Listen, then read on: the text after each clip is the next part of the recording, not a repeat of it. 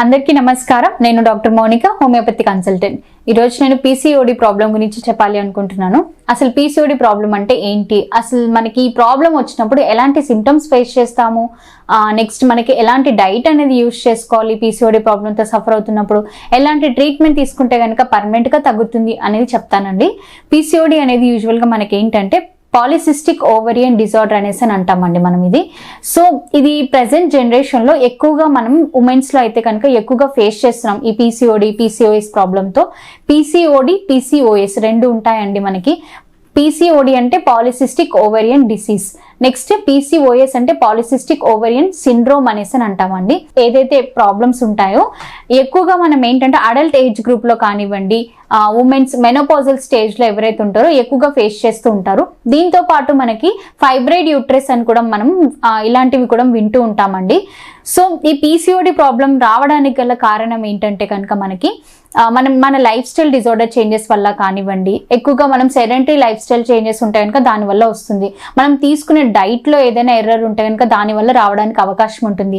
Next psychological disturbances లాంటివి like stress, anxiety, tension, depressions, ఇటువంటి ఏమైనా సైకలాజికల్ ప్రాబ్లమ్స్ ఉన్నా కూడా వాటి వల్ల రావడానికి అవకాశం ఉంటుంది. నెక్స్ట్ మనకి ఫిజికల్ యాక్టివిటీస్ లాంటి ఏది లేకుండా నార్మల్గా life style like sedentary life style changes వల్ల కూడా అటాక్ అవ్వడానికి కారణం అనేది కనిపిస్తూ ఉంటుంది. నెక్స్ట్ ఇదే కాకుండా మనకి సిస్ట్, ఓవరియన్ సిస్ట్ అనేటి యూట్రస్ లో ఫామ్ అయితే కనుక మనకి ఆ సిస్ట్ సైజెస్ పెద్దగా ఉండడం వల్ల మనకి ఏవైతే రెగ్యులర్ గా రావాల్సిన మెన్స్ట్రువల్ సైకిల్ ఏదైతే ఉంటుందో మెన్స్ట్రువల్ పీరియడ్ అనేది స్కిప్ అవుతూ ఉంటుంది లేదా డిలే అవుతూ ఉంటుంది. ఇంకా కొన్ని కేసెస్ లో ఏమవుతుందంటే హెవీగా బ్లీడింగ్ అవ్వడం కానివ్వండి కనిపిస్తూ ఉంటుంది. సో ఇలాంటి చేంజెస్ అనేటివి మనకి ఈ పీసీఓడి పీసీఓఎస్ ప్రాబ్లంలో కనిపిస్తూ ఉంటాయి. సో ఇలాంటి వాటి వల్ల మనకి వచ్చే అవకాశం అనేది కనిపిస్తుంటుంది. ఎక్కువగా వెయిట్ గెయిన్ అయినా కూడా మనం అతిగా బరువు పెరిగినా కూడా మనకి అది అనేది మనకి హార్మోన్స్ పైన ఇంపాక్ట్ అనేది చూపిస్తుంటుంది.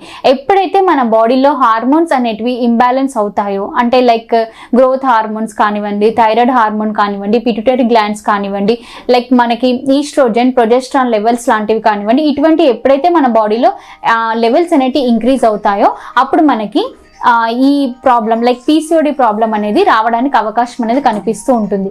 సో ఈ పీసీఓడి ప్రాబ్లం వచ్చినప్పుడు ఇలాంటి చేంజెస్ వల్ల మనకి మన బాడీలో కూడా హార్మోన్ ఇంబ్యాలెన్సెస్ రావడం వల్ల చాలా వరకు చేంజెస్ అనేవి కనిపిస్తాయి. ఎలాంటి చేంజెస్ అంటే కనుక వెయిట్ ఇంక్రీజ్ అవ్వడం కానివ్వండి, స్కిన్ కలరేషన్ చేంజ్ అవ్వడం కానివ్వండి, నెక్స్ట్ మనకి అన్వాంటెడ్ హెయిర్ గ్రోత్ లాంటిది ఫేస్ పైన కానివ్వండి, బాడీ పైన అన్వాంటెడ్ హెయిర్ గ్రోత్ అనేది కనిపించడం కానివ్వండి, నెక్స్ట్ మోషన్ కాన్స్టిపేటెడ్ గా ఉండడం కానివ్వండి, మన బాడీలో వాటర్ రిటెన్షన్ అనేది ఎక్కువగా ఇంక్రీజ్ అవ్వడం కానివ్వండి, హెయిర్ ఫాల్ ఉండడం కానివ్వండి, స్లీప్ డిస్టర్బెన్సెస్ ఉండడం కానివ్వండి, ఇటువంటి అన్నిటి కనిపిస్తూ ఉంటాయి మనకి. నెక్స్ట్ మనకి సిమ్టమ్స్ ఏ విధంగా ఉంటాయి అంటే కనుక కొంతమందిలో ఏమవుతుందంటే పీసీఓడి ప్రాబ్లం వల్ల హెవీ బ్లీడింగ్ అవుతుంది, కొంతమందికి లేదంటే కనుక పీరియడ్స్ డిలే అవ్వడం కానివ్వండి, లేదా కంప్లీట్ గా మంత్స్ టుగెదర్ స్కిప్ అయిపోవడం కానివ్వండి, ఇలాంటి సిమ్టమ్స్ కనిపిస్తాయి. దీంతో పాటు మనకి సడన్ గా చాలా మంత్స్ లేట్ గా రావడం వల్ల పీరియడ్స్ అనేటివి హెవీగా బ్లీడింగ్ అవ్వడం వల్ల స్టమక్ పెయిన్ ఉండడం కానివ్వండి, జనరలైజ్డ్ వీక్నెస్ ఉండడం కానివ్వండి, గిడ్డినెస్, కళ్ళు తిరగడం అనిపించడం కానివ్వండి, ఇటువంటి సమస్యలు అనేది చూస్తూ ఉంటాం మనం.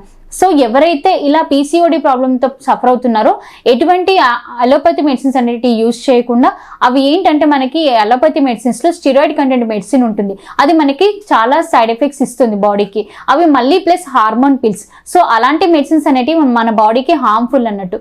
సో అలాంటి మెడిసిన్స్ ఏవి యూజ్ చేయకుండా కంప్లీట్గా మనకి న్యాచురల్గా మెడిసిన్స్ అనేటివి హోమియోపతిలో అవైలబుల్గా ఉన్నాయి. మనకి హోమియో మెడిసిన్స్ అనేటివి ఎటువంటి సైడ్ ఎఫెక్ట్స్ లేని మెడిసిన్స్. సో ఇవి కంప్లీట్లీ మనకి ప్లాంట్ బేస్డ్ మెడిసిన్స్ కాబట్టి, చెట్ల నుంచి తయారు చేసిన మందులు కాబట్టి ఎటువంటి సర్జరీ అనేది అవసరం లేకుండా కంప్లీట్ గా న్యాచురల్ గా పీరియడ్ రావడానికి మందులు అనేటివి హోమియోపతిలో ఉన్నాయి. సో ఎవరైనా ఇలాంటి ప్రాబ్లంతో సఫర్ అవుతుంటే కనుక మా మెడినైన్ హోమియోపతి ఆయుర్వేదంని సంప్రదించండి. ఇక్కడ మీకు డాక్టర్స్ మెడిసిన్స్ తో పాటు diet, exercise, immune boosting medicines గురించి కూడా ఎక్స్ప్లెయిన్ చేస్తారండి. Thank you so much.